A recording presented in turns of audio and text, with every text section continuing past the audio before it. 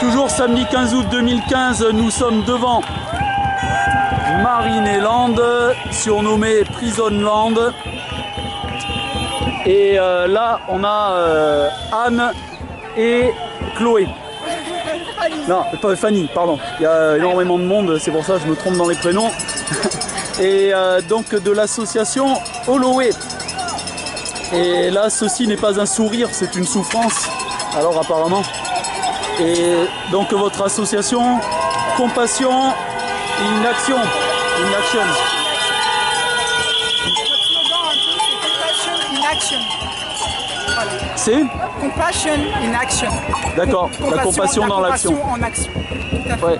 Et le but de votre association, c'est donc... C'est de protéger les mammifères marins et de sensibiliser les personnes à leur captivité, principalement. Et on s'est élargi aussi à tous les animaux captifs. Bien sûr. On a pour but d'informer, de sensibiliser, d'essayer de faire prendre conscience aux gens des conditions déplorables des animaux en captivité. Et nous avons aussi l'envie et nous allons porter des actions auprès des enfants principalement, puisque c'est eux qu'il faut aussi sensibiliser. Et nous avons créé un personnage fictif, voilà, qui s'appelle Frémy. Elle s'appelle Frémy. Et donc Frémy, elle va nous raconter sa petite histoire depuis sa capture jusqu'à... D'accord. Jusqu'à peut-être sa libération, effectivement. Elle a une page Facebook, Frémy. Frémy pour Frémy libérez-moi. Et c'est donc une BD destinée aux enfants pour les sensibiliser à la cause animale. Et on va suivre ses aventures justement pour connaître toute la souffrance des animaux. Voilà. Il faut faire comprendre aux enfants que Flipper le dauphin, il est mieux en pleine mer que dans des bassins. Donc voilà, Frémy est une petite orque qui a été capturée, qui est donc dans un bassin. Et elle raconte son histoire. Et il y a d'autres scénarios, d'autres aventures qui sont prévues. Et je vous laisse découvrir ça sur la Facebook pour l'instant. Mais on a l'intention aussi de faire un petit film d'animation. Façon à ce que les enfants puissent être sensibilisés dans le respect, puisqu'on veut que ça les touche dans leur monde enfantin en fait. Donc on leur transmet un message tout en douceur par rapport aux souffrances animales. Bah oui, parce que moi, par exemple, quand j'étais petit, on m'a emmené voir le spectacle à Marineland et j'avais pas conscience. Et pendant des années, j'ai pas eu conscience de ça, bien qu'adorant les animaux. Mais en fait, du coup, là, c'est en train de changer. On est en train de... Voilà. À cause de ces images-là, on a l'impression que les animaux sont bien traités, sont heureux d'être là, alors que c'est que de la façade. Et on n'imagine pas toute la détresse qu'il y a derrière. Ouais, le fait qu'ils n'ont pas à manger, par exemple, tant qu'ils n'ont pas obéi pour faire leur numéro, le fait qu'ils sont dans l'eau chlorée, le fait qu'ils ne peuvent pas descendre en profondeur, le fait qu'ils parcourent des dizaines de kilomètres par jour et que là, ils sont réduits dans un bassin, des centaines même. Complètement. Il faut savoir que les orques ont un territoire de plus d'un millier de kilomètres. Et là, on les réduit dans un bassin. Alors, on prend très souvent la métaphore pour que les gens se rendent compte. On leur dit, imaginez-vous dans un ascenseur. On ferme les portes, on vous dit vous allez rester là dans votre ascenseur, vous allez vivre dans votre ascenseur, vous allez dormir dans votre ascenseur. Vous allez manger dans votre... 5 fois par jour, vous allez faire un petit spectacle, on va vous mettre de la musique assourdissante et puis on vous donne à manger que si c'est fait. Voilà. Alors pour que les gens prennent conscience des conditions de captivité, eh bien, nous donnons cet exemple parce que c'est la réalité pour et à choisir entre cette vie prisonnier dans un ascenseur et sortir que quelques fois par jour pour faire un spectacle dans une musique assourdissante et m'épuiser à ça, moi personnellement je préférerais encore aller en prison pour humain quoi. Ça serait ah ouais. Et voilà, les humains, la prison c'est une chose, c'est une souffrance.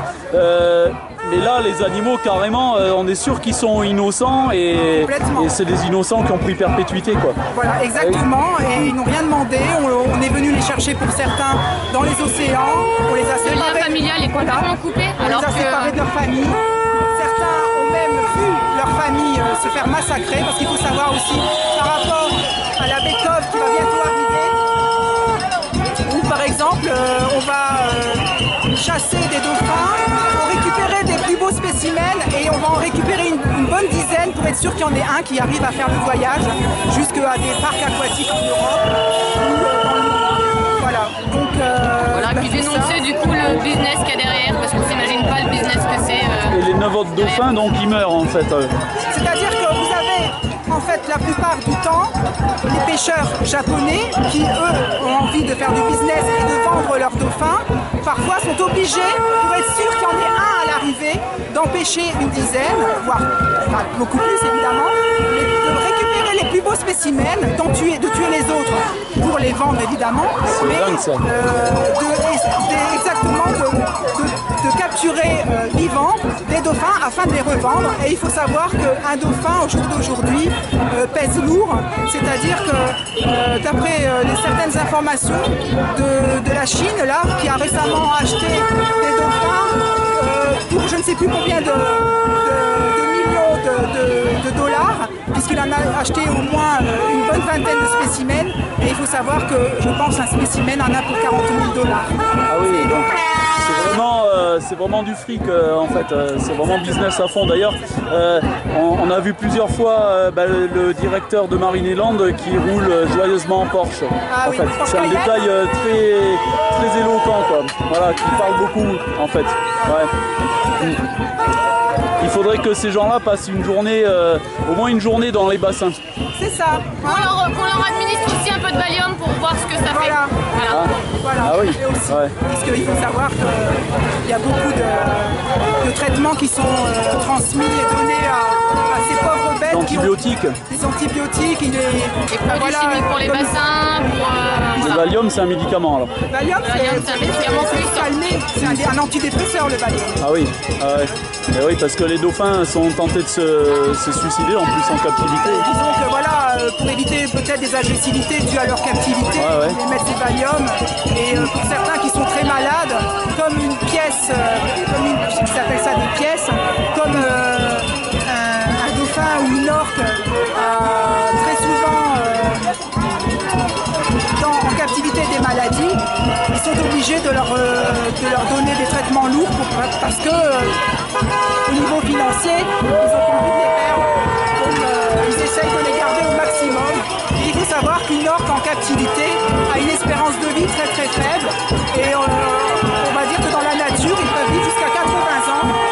Et, on a même l'exemple assez spécial d'une orque qui a 104 ans, qu'on appelle la grand-mère des orques. Ouais. Mais en général, c'est 80 ans, et là en captivité, on en a. Bah oui, Freya, elle est décédée à peu près à quel âge? 35 ans ici. Voilà, 35 ans. Ouais. 34, 35 ans. Ouais. Évidemment. Ok. Et ben voilà, mais malgré tout, de plus en plus d'espoir. Et Marineland, on sera tes plus fidèles clients. Je suis ironique, bien sûr. Ouais. Merci Nicolas. Ben, merci beaucoup. Merci. Et puis courage. On va y arriver, on va gagner. Merci.